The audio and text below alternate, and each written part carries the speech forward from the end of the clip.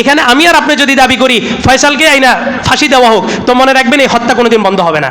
বরং এখানে ফয়সালকে রাজসাক্ষী বানায়, ফয়সালকে অ্যারেস্ট করে ফয়সালের মাধ্যমে তথ্য নিতে হবে যে এই ফয়সালের পিছনে কোন কোন গোয়েন্দা সংস্থা, কোন রাষ্ট্র, কোন দলীয় নেত্রীরা সরাসরিভাবে জড়িত আছে, তাদের প্রত্যেককে ফাঁসির কাস্টে ঝুলাইতে হবে।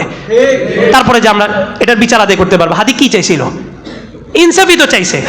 আপনি মনে করতেছেন এটা শুধুমাত্র একটা বিক্ষিপ্ত ঘটনা। এই 5টা ঘটনাকে সামনে রেখা ইসলামের এক কনসেপ্ট দাঁড় করে আমরা ইমামরা, আমরা খতিবরা আমাদের জায়গা থেকে বলতেছি আল্লাহ রসুল যদি আজকে যদি জীবিত থাকতেন তো এই মসজিদ থেকে প্রত্যেককে হাদি হত্যার বিচারে একত্রিত হওয়ার জন্য আহ্বান করতেন। এটা মুসলমান। হাদিকে মারা হয়েছে শুধুমাত্র ইসলামকে কেন্দ্র করে। হাদি কিসের প্রচারণা করছে? আল্লাহ রসুল প্রত্যেককে ডাকলেন যে আসো, আমরা কি করব? ওসমান হত্যার বিচার না হওয়া পর্যন্ত আমরা আমাদের জীবনকে এখানেই বাজি লাগাই দিব। এখান থেকে আমরা হয়তো জীবিত ফিরবো ওসমান হত্যার বিচার নিয়ে, আর না হয় ওসমানের সাথে আমরা সবাই এখানে কি হয়ে যাব? শহীদ হয়ে যাব। রাসূল হাত বাড়াইলেন শাহাদাতের তামান্নার উপরে, জিহাদের তামান্নার উপরে। 1500 সাহাবী রাসূলের হাতের উপরে বায়াত গ্রহণ করছেন। এই বায়াত গ্রহণ করছেন যেটা এখন বর্তমান শাহবাগে হইতেছে। আধুনিক টার্ম, মানে এই প্যাটার্নটা পরিবর্তন হয়েছে, বিষয় কিন্তু এক। একজন হত্যার বিচারে সেদিন আল্লাহ রসুল 1500 সাহাবীকে একত্রিত করছেন। আজকে একজন হত্যার বিচারে কয়েক হাজার যুবক সাহাবাকে কি হয়েছে? একত্রিত হয়েছে। কি দাবি? আমরা বিচার চাই। সাহাবীরা কি দাবি করছিলেন? আমরা ওসমান হত্যার বিচার চাই। আসলে কি ওসমান হত্যা হয়েছে? হয় নাই। একটা কাল্পনিক একটা ঘটনাকে কেন্দ্র করে আল্লাহ রসুল শাহাদাত নিয়ে নিলেন। আল্লাহ তাআলা তো আলিমুল গায়ব, আল্লাহ সব জানতেন। আল্লাহ কি বললেন? লাকাদ রাদিয়াল্লাহু আনিল মুমিনিনা ইয ইউবাইউনাকা তাহতাশ শাজারা ফাআলিমা মা ফি কুলুবিহিম। আল্লাহ তাআলা বলেন ওই যে গাছের নিচে যে বায়াতের রেদওয়ানটা হয়েছে এটার উপর আল্লাহ তাআলা সন্তুষ্ট হয়ে গেছেন। অথচ কাল্পনিক একটা বিষয়, ঘটে নাই, বাস্তবতা নাই, কিন্তু রাসূল বায়াত নিছেন আর আল্লাহ কি বলতেছেন? আমি কি হয়ে গেছি? খুশি হয়ে গেছি। এবং খুশি হয়ে বাশশিরিল জান্নাহ, আল্লাহ তাআলা তাদেরকে জান্নাতের সুসংবাদ দিয়েছেন। একই যুগের পরিবর্তনে প্যাটার্নটা ভিন্ন হয়েছে, বায়াত শব্দটা পরিবর্তন হয়েছে, কিন্তু জিনিস একই। চলমান পরিস্থিতিতে আমরা যে সময়টাতে এখন বক্তব্যে বসা বয়ান করতেছি মসজিদে, এমন একটা পরিস্থিতি গত বছর জুলাইয়ের আগে দিয়া, জুলাই বিপ্লবের সময় তৈরি হয়েছিল। তখন আমরা এখানে বসছি, আলোচনা করছি, সমাধানের রাস্তা খুঁজছি। আজকেও আমরা যে সময়টাতে আলোচনা আসতেছি এই সময়টাতে শাহবাগ চত্বরে আমাদেরই এক ভাইয়ের হত্যার বিচারের জন্য আমাদের দায়িত্ব নিয়েই কিছু যুবক রাস্তায় বসে আছে। বিষয়টা কি শুধুই মাত্র আন্দোলন? বিষয়টা কি শুধুই মাত্র ক্ষমতা দখল, নাকি একজন মানুষের ন্যায্য বিচার চাওয়া? হ্যাঁ, চাওয়া। এই ক্ষেত্রে আমাদের সংহতি প্রকাশ করতে হবে নাকি তাদের সাথে সম্মতি দিতে হবে? কি করতে হবে? ইসলাম কি বলে? আমি ইসলামের বিক্ষিপ্ত 4-5টা ঘটনা এখানে সংক্ষেপে তুলে ধরতেছি যে ইসলাম এই সেন্টিমেন্টগুলোতে কি ভূমিকা পালন করছে। ইসলামের সর্বপ্রথম শহীদা যিনি হয়েছেন ওনার নাম কি? হ্যাঁ, কে? হ্যাঁ, প্রসিদ্ধ তো এটা ইসলামের আসিয়া তো আগের ধর্মের। হ্যাঁ, মাশাআল্লাহ, এটা আমি ইমামের ব্যর্থতা বলি নাই মনে হয় কোনো সময়। সুমাইয়া রাদিয়াল্লাহু তাআলা আনহা সর্বপ্রথম শহীদ হয়েছিলেন। আম্মার রাদিয়াল্লাহু তাআলার আম্মা ইয়াসির রাদিয়াল্লাহু তাআলা আনহুর স্ত্রী। কে মারছিল? আবু জেহেল। ঘটনা কি তখন লুকায়িত ছিল না প্রকাশ্য ছিল? প্রকাশ্য ছিল, স্পষ্ট ছিল। পৌত্তলিকদের আধিপত্য এই পরিমাণ বিস্তার লাভ করছে, ইসলাম তখন নিবু নিবু করে শুরু হইতেছে, মাত্র বাতি জ্বলতেছে আস্তে আস্তে করে। হযরত আম্মারকে বলা হলো তুমি মুহাম্মদকে গালি দাও, নাহলে তোমাকে শেষ করে দিব। হযরত আম্মার নিরুপায় হইয়া আল্লাহ রসুলের ব্যাপারে কটূক্তি কিছু শব্দ বলছে, তারা ছেড়ে দিয়েছে। হযরত আম্মার দৌড়ায় গেছেন যে আমি কি কাফের হয়ে গেলাম কিনা। আল্লাহ তাআলা সাথে সাথে আয়াত নাজিল করছেন ইল্লা মান উকরিহা ওয়া কলবুহু মুতমাইন্নুম বিল ঈমান। ওই ব্যক্তি মুখে কুফরি কালিমা উচ্চারণ করার পরেও কাফের হবে না যার দিল আল্লাহর রসুলের ব্যাপারে ইতমিনান আছে। আল্লাহ তাআলা আয়াত নাজিল করে সান্ত্বনা দিলেন। আম্মার রাদিয়াল্লাহু তাআলা আল্লাহ রসুলের সামনে গেলেন, যাওয়ার পরে বললেন, আল্লাহ রসুল বললেন আম্মার তোমার মাকে শহীদ করা হয়েছে, তোমার বাবাকেও শহীদ করা হয়েছে। কি নির্মমভাবে শহীদ! বর্ষা দিয়ে হযরত সুমাইয়া রাদিয়াল্লাহু তাআলা আনহা লজ্জা স্থানের মধ্যে বর্ষা নিক্ষেপ করা হয়েছে। এগুলো কল্পনাও করা যায় না, এরকম কঠিন পরিস্থিতি পার করে গেছে। কিন্তু রাসূল এই জায়গাটাতে এসে আবু জেহেল যে মারছে কি লুকায়িত ছিল না স্পষ্ট ছিল? আবু জেহেল কি পলায় গেছে না মক্কার মধ্যে ছিল? মক্কার মধ্যে ছিল। কিন্তু রাসূল কি করলেন? হযরত আম্মারকে সান্ত্বনা দিলেন, বললেন যে দেখো একটা ঘটনা ঘটে গেছে, এই মুহূর্তে যদি আমরা প্রতিশোধের দিকে যাই তো আমাদের যে অবস্থানটা আছে ওই অবস্থানটা কি হবে না, অবস্থানটা ঠিক থাকবে না। আল্লাহ রসুল সান্ত্বনা দিলেন। তাহলে আমরা একটা ঘটনার মধ্যে দেখলাম যে ঘটনার প্রেক্ষিতে আল্লাহ রসুল বাস্তবতা চিন্তা কইরা অ্যাগ্রেসিভ মনোভাব প্রকাশ না কইরা উনি কি করলেন? সান্ত্বনা দিলেন। এবার আসেন আরেকটা ঘটনায়, বীরে মাউনার একটা যুদ্ধ হয়েছে যেখানে 70 জন কোরআনে হাফেজকে শহীদ করা হয়েছিল। বীরে মাউনের ঘটনা আল্লাহ রসুলের জীবদ্দশায় 10-15 বছরের ব্যবধানে এটা হয়েছে। বীরে মাউনের ঘটনায় 70 জন কোরআনের হাফেজকে শহীদ করা হয়েছে। এরকম জালিল কথা স্যার, এমন এক শূন্যতা তৈরি হয়েছে মুসলমানদের ভিতরে, এমন এক সংখ্যা তৈরি হয়েছে যে মানুষ মানে ইসলামের ভিতরে থাকবে কিনা সাহাবীদের ভিতরে মতানৈক্য তৈরি হয়ে গেছে। কি এখন কি আমরা ইসলাম ধর্ম ধরে রাখবো না ছেড়ে দিয়ে কোনো রকম যান বাঁচাবো, কি করব? ওই সময় আল্লাহ রসুল প্রতিবাদের ভাষা যেটা প্রকাশ করছেন সেটা হলো 1 মাস পর্যন্ত কুনুতে নাজেলার আমল করছেন। কুনুতে নাজেলা আমার মুসল্লি যারা ফজরের নিয়মিত ওনারা হয়তো জানবেন, আমরা ফিলিস্তিনের আন্দোলনে, ফিলিস্তিনের ঘটনায় বর্বর ইসরায়েলের হামলা যখন হয়েছিল তখন আমরা 1 মাস পর্যন্ত এই মসজিদে কুনুতে নাজেলা আমল করছি। শুধু এটা 1 মাস না, আবার রমজানের শেষ 10 দিন আমরা কুনুতে নাজেলা আমলটা করছিলাম। তো রাসূল 1 মাস পর্যন্ত কুনুতে নাজেলার আমল করছেন। আধুনিক টার্মে যদি এটাকে বিশ্লেষণ করা হয় তাহলে 1 মাস পর্যন্ত রাষ্ট্রীয় শোক পালন করছেন। মানে এই আধুনিক শব্দে যদি এটাকে বিশ্লেষণ করতে যাই তাহলে কুনুতে নাজেলা করছেন। তাহলে প্রথম ঘটনায় রাসূল হযরত আম্মারকে সান্ত্বনা দিলেন পরিস্থিতির বিবেচনায়। দ্বিতীয় অবস্থাতে আইসা বড়সড় বিপর্যয় হওয়ার কারণে রাসূল আর সান্ত্বনার প্যাটার্নটা বেছে নেন নাই, রাসূল একটা বদদোয়ার স্টেপ নিয়েছেন। 1 মাস পর্যন্ত আল্লাহ রসুল নাম ধরে ওই গোত্রের ব্যাপারে বদদোয়া করছেন। 1 মাস পর্যন্ত ফজরের নামাজে শোক পালন করছেন, এটাকে আবার কি বদদোয়াও করছেন। দ্বিতীয় ঘটনা। 3 নম্বর ঘটনায় আসেন, বায়াতে রেদওয়ান একটা ঘটনা ঘটছে, আপনারা জানেন কিনা বায়াতে রেদওয়ান? বায়াতে রেদওয়ান ছিল সুলহে হুদাইবিয়ার আগ মুহূর্তে আল্লাহ রসুল মক্কাবাসীর কাছে একজন দূত পাঠাবেন। কাকে পাঠাবেন? ওসমান রাদিয়াল্লাহু তাআলা আনহুকে আল্লাহ রসুল নির্বাচন করলেন। কেন? বলে যে ওসমান এমন এক ধনী ব্যক্তি ছিল যে ওসমানের লবণ খায় নাই, যে কয় না নিমুখ হারাম, নুন খাইলে কি গাইতে হয়? গুণ গাইতে হয়। ওসমানের টাকা দ্বারা উপকৃত হয় নাই মক্কার এমন একজন যুবক দেখানো অসম্ভব ছিল। মানে এই পরিমাণ দান করতেন হযরত ওসমান, এই পরিমাণ সম্পত্তি ছিল যে ওসমানের সম্পত্তি থেকে পুরা মক্কাবাসী কি হয়েছে? উপকৃত হয়েছে। তো এখন ওসমান মুসলমান হয়ে গেল, ওসমানের একটা কথার পাওয়ার তাদের কাছে এখনো থাকবে না? অবশ্যই থাকবে। কেন? ওই যে নুন খাইছে, ওসমানে কি খাইছে? নুন খাইছে। এই কারণে আল্লাহ রসুল হযরত ওসমানকে নির্বাচন করলেন। শয়তান চাইতেছে এখানে সন্ধি না হোক, যুদ্ধ হোক। যুদ্ধ হইলে মুসলমানদের সংখ্যা কম, নিমিষে ইসলামকে শেষ করা যাবে। তো হযরত ওসমান ভিতরে গেলেন, আসতে একটু দেরি হইতেছে কারণ হযরত ওসমানকে এতদিন পরে পাইছে মুসলমান, তারপরে সবাই একটু ধরছে, গল্প গুজব শুরু হয়েছে। ওসমান আসতে দেরি হইতেছে, এক শয়তান মানুষের সুরত ধরে এসে বলে ইন্না ওসমান কত কুতিলা, ওসমানকে কি করা হয়েছে? হত্যা করা হয়েছে। আল্লাহ রসুল বললেন ওসমানকে হত্যা করা হয়েছে। উপস্থিত এই সুলহে হুদাইবিয়ার আগ মুহূর্তে অর্থাৎ যখন হজ করতে গেছেন, ওসমানকে চুক্তি দিয়ে পাঠিয়েছেন যে তাদেরকে বলবো আমরা যুদ্ধ করবো না, আমরা একটা সমঝোতার মধ্যে আসতে চাই, আমরা কোনো যুদ্ধ করবো না, শুধুমাত্র উমরাটা কইরা হজটা করে আমরা চলে যাব, কোনো যুদ্ধ করতে আসবো না, এই চুক্তি দিয়ে পাঠানো হয়েছে। কিন্তু ওসমানকে যখন শহীদ করা হলো তখন আল্লাহ রসুলের সাথে 1500 সাহাবী ছিলেন। আল্লাহ রসুল প্রত্যেককে ডাকলেন যে আসো, আমরা কি করব? ওসমান হত্যার বিচার না হওয়া পর্যন্ত আমরা আমাদের জীবনকে এখানেই বাজি লাগাই দিব। এখান থেকে আমরা হয়তো জীবিত ফিরবো ওসমান হত্যার বিচার নিয়ে, আর না হয় ওসমানের সাথে আমরা সবাই এখানে কি হয়ে যাব? শহীদ হয়ে যাব। রাসূল হাত বাড়াইলেন শাহাদাতের তামান্নার উপরে, জিহাদের তামান্নার উপরে। 1500 সাহাবী রাসূলের হাতের উপরে বায়াত গ্রহণ করছেন। এই বায়াত গ্রহণ করছেন যেটা এখন বর্তমান শাহবাগে হইতেছে। আধুনিক টার্ম, মানে এই প্যাটার্নটা পরিবর্তন হয়েছে, বিষয় কিন্তু একজন হত্যার বিচারে সেদিন আল্লাহ রসুল 1500 সাহাবীকে একত্রিত করছেন। আজকে একজন হত্যার বিচারে কয়েক হাজার যুবক সাহাবাকে কি হয়েছে? একত্রিত হয়েছে। কি দাবি? আমরা বিচার চাই। সাহাবীরা কি দাবি করছিলেন? আমরা ওসমান হত্যার বিচার চাই। আসলে কি ওসমান হত্যা হয়েছে? হয় নাই। একটা কাল্পনিক একটা ঘটনাকে কেন্দ্র করে আল্লাহ রসুল শাহাদাত নিয়ে নিলেন। আল্লাহ তাআলা তো আলিমুল গায়ব, আল্লাহ সব জানতেন। আল্লাহ কি বললেন? লাকাদ রাদিয়াল্লাহু আনিল মুমিনিনা ইয ইউবাইউনাকা তাহতাশ শাজারা ফাআলিমা মা ফি কুলুবিহিম।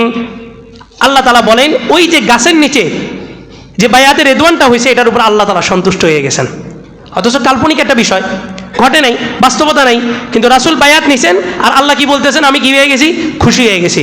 এবং খুশি হয়ে বাশশিরিল জান্নাহ, আল্লাহ তাআলা তাদেরকে জান্নাতের সুসংবাদ দিয়েছেন। একই যুগের পরিবর্তনে প্যাটার্নটা ভিন্ন হয়েছে, বায়াত শব্দটা পরিবর্তন হয়েছে, কিন্তু জিনিস একই। ওসমান হত্যা না হওয়ার পরেও আল্লাহ রসুল কি নিলেন? যে আমরা হত্যার প্রতিশোধ নিব, আমাদের এক ভাইকে হত্যা করা হয়েছে। তাহলে আল্লাহ রসুল এক সময় দিলেন সান্ত্বনা, এক সময় আইসা দিলেন 1 মাস পর্যন্ত বদদোয়া, আরেক সময় আইসা কাল্পনিক যেটা ঘটে নাই এরকম একটা ঘটনার উপরে রাসূল সবাই 1500 সাহাবীকে জিহাদের উপরে বায়াত গ্রহণ করাইছেন। আসেন আরেকটা ঘটনা বলি। মুতার যুদ্ধ একটা ঘটনা ঘটছে। মুতার যুদ্ধ শুনছেন? এটা মুতার যুদ্ধ খুব কঠিন পরিস্থিতি গেছিল। তখন মুসলিম সৈন্য ছিল 3000 আর বিপক্ষে কোনো কিতাবে আসছে 1 লক্ষ, রোমকদের সৈন্য ছিল 1 লক্ষ, কোনো কিতাবে আসছে 2 লক্ষ। ঘটনা কি ছিল? আল্লাহ রসুল হারেসা ইবনে উমাইর একজন দূতকে পাঠাইছেন সুরাহবিল ইবনে আমেরের কাছে, একজন বাদশার কাছে, রোমক বাদশা। সুরাহবিলের কাছে পাঠাইছেন। দূত হত্যা করা ওই যুগেও নিষিদ্ধ ছিল, এই যুগেও নিষিদ্ধ। দূত মানে কি? অ্যাম্বাসেডর আর কি। অ্যাম্বাসিগুলো আছেন আমাদের বিভিন্ন রাষ্ট্রের অ্যাম্বাসিগুলো, আমার এখানে রাষ্ট্রদূত। আল্লাহ রসুল মুসলমানদের সংখ্যা কম, জানতেন রোমকরা 1 থেকে 1.5 লক্ষ সংখ্যা হবে। আল্লাহ রসুল 3000 বাহিনী তৈরি করছেন, এবং এই যে 3000 বাহিনীটা তৈরি করছেন এটা একটা ভিন্নতা ছিল। অন্য সব যুদ্ধগুলোর মধ্যে কমান্ডার হয় একজন, কিন্তু এই যুদ্ধের মধ্যে রাসূল কমান্ডার করছেন কয়জন? 3 জনকে তৈরি করছেন। একজন ছিলেন যায়েদ ইবনে হারেসা, রাসূলের পালক পুত্র। যায়েদ ইবনে হারেসাকে কমান্ডার নিযুক্ত করার পর আল্লাহ রসুল বলেন, যায়েদ তোমার যদি মৃত্যু হয়ে যায়, তোমার পরবর্তীতে জাফর ইবনে আবি তালেব, আমার চাচাতো ভাই জাফর আত-তাইয়ার, সে দায়িত্ব নেবে। যায়েদ ইবনে হারেস বলেন, রাসূল এই বক্তব্য যখনই বলছে সাথে সাথে আমি যায়েদ নিশ্চিত হয়ে গেছি যে এই যুদ্ধে আমি যায়েদ কি হব? শহীদ হব। আল্লাহ রসুল বলেন, জাফর ইবনে আবি তালেব সে যদি শহীদ হয়ে যায়, আব্দুল্লাহ ইবনে রাওয়াহা দায়িত্ব নিবে, পতাকা নিবে। আব্দুল্লাহ ইবনে রাওয়াহাও যদি শেষ হয়ে যায়, তোমাদের মধ্যে থেকে পরামর্শ করে একজনকে সিলেক্ট করবা। 3 জন কমান্ডার, তারা 3 জন নিশ্চিত ছিলেন যে আল্লাহ রসুল 3 জন কমান্ডার নিযুক্ত করছেন। চতুর্থ একজনকে পতাকা দিতে বলছেন, মানেই হচ্ছে আমরা 3 জন কি হব? শহীদ হব। রোমকদের 2 লক্ষ বাহিনীর মোকাবেলায় মুসলিমদের মাত্র 3000-এর একটা সৈন্য কাফেলা রওনা দিছে।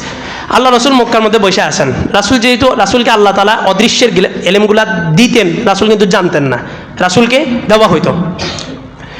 রাসূল বৈশা বললেন যে যায়েদ শেষ। তো সাহাবায়ে কেরাম মুখ মলিন করে ফেললেন। আল্লাহ রসুল একটু পরে বললেন যে জাফরও শেষ, জাফর ইবনে আবি তালেব, আল্লাহ রসুলের চাচা। এই শব্দটা যখন বলছেন, রাসূলের মুখ তখন চোখ অশ্রুসিক্ত, চোখ থেকে পানি পড়তেছে। রাসূল বললেন যে আমার চাচাতো ভাই জাফরও শেষ। একটু পরে মুস্কি হাসি দিলেন। তো আল্লাহ রসুলকে জিজ্ঞেস করা হলো, ইয়া রাসূলুল্লাহ কি কোনো সুসংবাদ আসছে নাকি? তো বলে যে না, সুসংবাদ না, জাফর পতাকাটা ধরছে ডান হাতে, তো জাফরের ডান হাতটা কি করা হয়েছে? কেটে দেওয়া হয়েছে। জাফর ওই পতাকা, ইসলামের পতাকাকে 1 সেকেন্ডের জন্য নিচে নামতে দেনে বাম হাত দিয়ে ধরছে। বাম হাত দিয়ে যখন ধরছে, সৈন্যের তীর এসে বাম হাতটাকে আলাদা করে দিছে। জাফর সাথে সাথে তার বুক দিয়ে পতাকাটাকে এভাবে আঁকড়ে ধরছে। ঘটনা বিভিন্নভাবে আসছে। এরপরে একটা তীর ঘুরতে, এই তরবারি ঘুরতে ঘুরতে এসে পুরো জাফরের এদিক দিয়ে ঢুকে পেট সহ পুরো দ্বিখণ্ডিত করে দিছে। জাফর রাদিয়াল্লাহু তাআলা শেষ হয়ে গেছেন। আল্লাহ রসুল বলেন, আমি হাসতেছি এই জন্য, জাফরের 2 হাত কাটার সাথে সাথে আল্লাহ তাআলা তাকে 2টা ডানা দিয়ে জান্নাতের মধ্যে পাখি বানায় ছেড়ে দিয়েছেন। এই জন্য জাফরের নাম হয়ে গেছে জাফর আত-তাইয়ার। তাইয়ার মানে পাখি, তৈরুন থেকে তাইয়ার। আচ্ছা, দেখ অন্য আলোচনা। এরপরে খালিদ ইবনে ওয়ালিদ এটা ঝান্ডা নিছেন। আল্লাহ রসুল বললেন যে আল্লাহর তরবারিগুলোর মধ্য থেকে এক তরবারি এই দায়িত্ব নিছে। তখন থেকে খালেদ রাদিয়াল্লাহু তাআলা আনহুর নাম হয়েছে খালেদ সাইফুল্লাহ, মানে আল্লাহর তরবারি। এই যুদ্ধের মধ্যে, এই যুদ্ধে 3000 বাহিনীকে আল্লাহ রসুল পাঠাইছেন একটা শক্ত জবাব দেওয়ার জন্য। কেন? শুধুমাত্র একজন রাষ্ট্রদূতকে হত্যা করছে। কয়জন? একজনকে। আরেকটা ঘটনা বলি, মক্কা বিজয়ের সময় 2টা গোত্র ছিল ইহুদিদের, একটা বনু বকর আর একটা হচ্ছে বনু খুজা। বনু বকরটা ছিল মক্কার সাথে, বনু খুজা ছিল মুসলমানদের সাথে। বনু বকর এবং বনু খুজার মধ্যে 100 বছরের একটা বিরোধ ছিল। কিন্তু হঠাৎ একদিন কুরাইশ বনু বকরকে অস্ত্র দিয়ে সাহায্য করে বনু খুজার উপর আক্রমণ চালাইছে। 20 জনকে শেষ করা হয়েছে, হত্যা করা হয়েছে। আল্লাহ রসুলের কাছে বিচার আসার পরে আল্লাহ রসুল ফাতে মক্কা বিজয়ের জন্য 10,000 সাহাবী নিয়ে রওনা দিয়েছেন। এমন কঠিন প্রতিশোধের অ্যাগ্রেসিভ মনোভাব নিয়ে রওনা দিয়েছেন, যেটার উপরে, যে রণকৌশলের উপরে মক্কা বিজয় হয়েছে। মক্কাবাসী সে সময় কেউ তার ঘর থেকে বেরোতে পারে নাই। রাসূল সাল্লাল্লাহু আলাইহি ওয়াসাল্লাম ঘোষণা দিয়েছেন, কেউ যদি তার মায়ের কোল খালি করতে না চায়, স্ত্রীকে যদি বিধবা করতে না চায়, সন্তানগুলোকে যদি এতিম করতে না চায়, সেজন্য তার ঘরের মধ্যে দরজা জানলা বন্ধ করে দিয়ে অবস্থান করে। 5টা ঘর নির্ধারণ করছেন, এই 5টা ঘরের ভিতরে আশ্রয় নিতে পারবে। কয়েকজনের ব্যাপারে রাসূল এত কঠিন পদক্ষেপ নিছেন, আল্লাহ রসুল বলছেন এগুলা যদি কাবা শরীফের গেলাফও পেঁচায় থাকে, সেখানেই তারা কি করতে হবে? হত্যা করতে হবে। এই দেখেন, 5টা ঘটনা বললাম, আরও ঘটনা আছে। এই ঘটনাগুলোর মধ্যে অবস্থানগুলো দেখেন। রাসূল কোনো সময় সান্ত্বনা, কোনো সময় বদদোয়া, কোনো সময় মুসলিম স্টেট গঠন হওয়ার পর মুসলিমদের সংখ্যাধিক্যের উপরে, মুসলিমদের পাওয়ারের উপরে রাসূল ভিত্তি করে কি করছেন? যুদ্ধ প্রেরণ করছেন। তাহলে এখন বলেন, হাদির হত্যার বিচারে আমরা কি আবু জেহেলের সমাজে বসবাস করতেছি?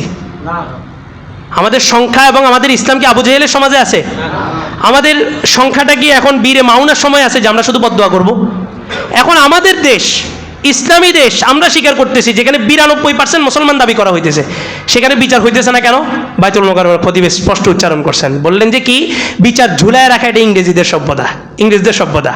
আর এখন প্রমাণিত হয়েছে, এখনই বিচার করা এটাই হচ্ছে ইসলাম। এবং ইসলাম বিচার ব্যবস্থাটাকে এমনভাবে সাজাইছে, একটা বিচার ব্যবস্থা, যে রাষ্ট্রের নিয়ম কানুন যত কড়া, যত কঠিনভাবে বাস্তবায়ন করা হয়, ওই রাষ্ট্রের শৃঙ্খলা তত সুন্দর থাকে, মানুষ তত সুন্দর জীবনযাপন করতে পারে। এই কারণে ইসলাম সবচেয়ে বেশি গুরুত্বপূর্ণ ফোকাস দিয়েছে বিচার ব্যবস্থার ব্যাপার। হযরত ওমরের যুগে এক বাচ্চাকে হত্যা করা হয়েছে, কুতিলা গোলামান কিলাতান। একটা বাচ্চাকে, মানে যে কোনো একটা কিছুকে কেন্দ্র করে একটা বাচ্চাকে হত্যা করা হয়েছে। 7 জনকে হযরত ওমর নিযুক্ত করছেন, মানে দুদক ধরেন আর কি, দুর্নীতি দমন কমিশন। তো দুদক নির্ধারণ করা হয়েছে এমন 7 জন, যেই 7 জনই হত্যার মধ্যে জড়িত ছিল। তো তারা বলে, তারা এটাকে ঘুরে ফিরে বলতেছে না, বাচ্চাটা এমনি এমনি পড়ে গেছে, বাচ্চাটা এমনি এমনি শেষ হয়ে গেছে। হযরত ওমর ছিলেন বিচক্ষণ, রাষ্ট্র শুধুমাত্র বুদ্ধি দিয়ে চালাননি, আল্লাহর পরামর্শও নিছেন। হযরত ওমরের জীবনীতে আমরা বলছিলাম যে হযরত ওমরের রাষ্ট্র ক্ষমতায় আসাটা এটা সরাসরি আল্লাহর পক্ষ থেকে একটা নির্দেশ, যেটা রাসূলের জীবদ্দশায় ছিল। এবং হযরত ওমরের যুগে এসেই ইসলামের তরবারি উঠবে, এই তরবারি কিয়ামত পর্যন্ত মুসলমানদের ভিতরে চলতে থাকবে, এটা রাসূলের ভবিষ্যৎবাণী ছিল। হযরত ওমর বললেন এই 7 জনকে, এক বাচ্চা হত্যায় যেহেতু 7 জন জড়িত, 7 জনকে কি করা হবে? ফাঁসি দেওয়া হবে। এরপরে সাহাবীরা বললেন যে 7 জনকে, একজন বাচ্চার জন্য 7 জন। হযরত ওমর ঐতিহাসিক একটা শব্দ বলছেন, উনি বলেন লাউইস তারাকা ফিহা আহলু সানআ লা কাতালতুহুম। এই হত্যায় শুধু 7 জন না, পুরা রাজধানীর সমস্ত মানুষও যদি জড়িত থাকে, আমি এই হত্যার বিচারে রাজধানীর সমস্ত মানুষকে কি করব? হত্যা করে ফেলবো। কারণ কি? ফিল কিসাসি হায়াত, কিসাস যখন বাস্তবায়ন হবে সেটার মধ্যে মানুষের হায়াত। আল্লাহ বলছেন একটা কেসাস বাস্তবায়ন করো, হত্যা আর কোনোদিন হবে না, হত্যার বিষয়গুলো সব বন্ধ হয়ে যাবে। কিলার খুনি এখন হত্যা করে কেন? আগে তার সাথে কিছু ডোনার হয়, তাকে কিছু লেনদেন করা হয়, লেনদেন করার পরে তার এক্সিট, সেফ এক্সিট, সব কিছুর তার নিরাপত্তা নিশ্চিত করা হয়। এখন এগুলো জুমার মিম্বর থেকে আলোচনার বিষয় না, তারপরেও বলা, এই হাদিকে যে লোকটা হত্যা করছে, কি এই লোকটার সাথে হাদির কোনো সম্পর্ক ছিল? আপনার কাছে কি মনে হয় এই লোকটা নিজের কোনো শত্রুতার কারণে হাদিকে হত্যা করছে? না, বড় একটা ষড়যন্ত্রের শিকার হয়ে হাদিকে হত্যা করছে। বড় একটা বিশাল গোষ্ঠী তার পিছনে কাজ করতেছে। এখানে আমি আর আপনি যদি দাবি করি ফয়সালকে আইনা ফাঁসি দেওয়া হোক, তো মনে রাখবেন এই হত্যা কোনোদিন বন্ধ হবে না। বরং এখানে ফয়সালকে রাজসাক্ষী বানায়, ফয়সালকে অ্যারেস্ট করে ফয়সালের মাধ্যমে তথ্য নিতে হবে যে এই ফয়সালের পিছনে কোন কোন গোয়েন্দা সংস্থা, কোন রাষ্ট্র, কোন দলীয় নেত্রীরা সরাসরিভাবে জড়িত আছে, তাদের প্রত্যেককে ফাঁসির কাস্টে ঝুলাইতে হবে। তারপরে যে আমরা এটার বিচার আদায় করতে পারবো। হাদি কি চাইছিল? ইনসাফই তো চাইছে। আপনি মনে করতেছেন এটা শুধুমাত্র একটা বিক্ষিপ্ত ঘটনা? এই 5টা ঘটনাকে সামনে রেখা ইসলামের এক কনসেপ্ট দাঁড় করে আমরা ইমামরা, আমরা খতিবরা আমাদের জায়গা থেকে বলতেছি আল্লাহ রসুল যদি আজকে যদি জীবিত থাকতেন তো এই মসজিদ থেকে প্রত্যেককে হাদি হত্যার বিচারে একত্রিত হওয়ার জন্য আহ্বান করতেন। এটা মুসলমান। হাদিকে মারা হয়েছে শুধুমাত্র ইসলামকে কেন্দ্র করে। হাদি কিসের প্রচারণা করছে?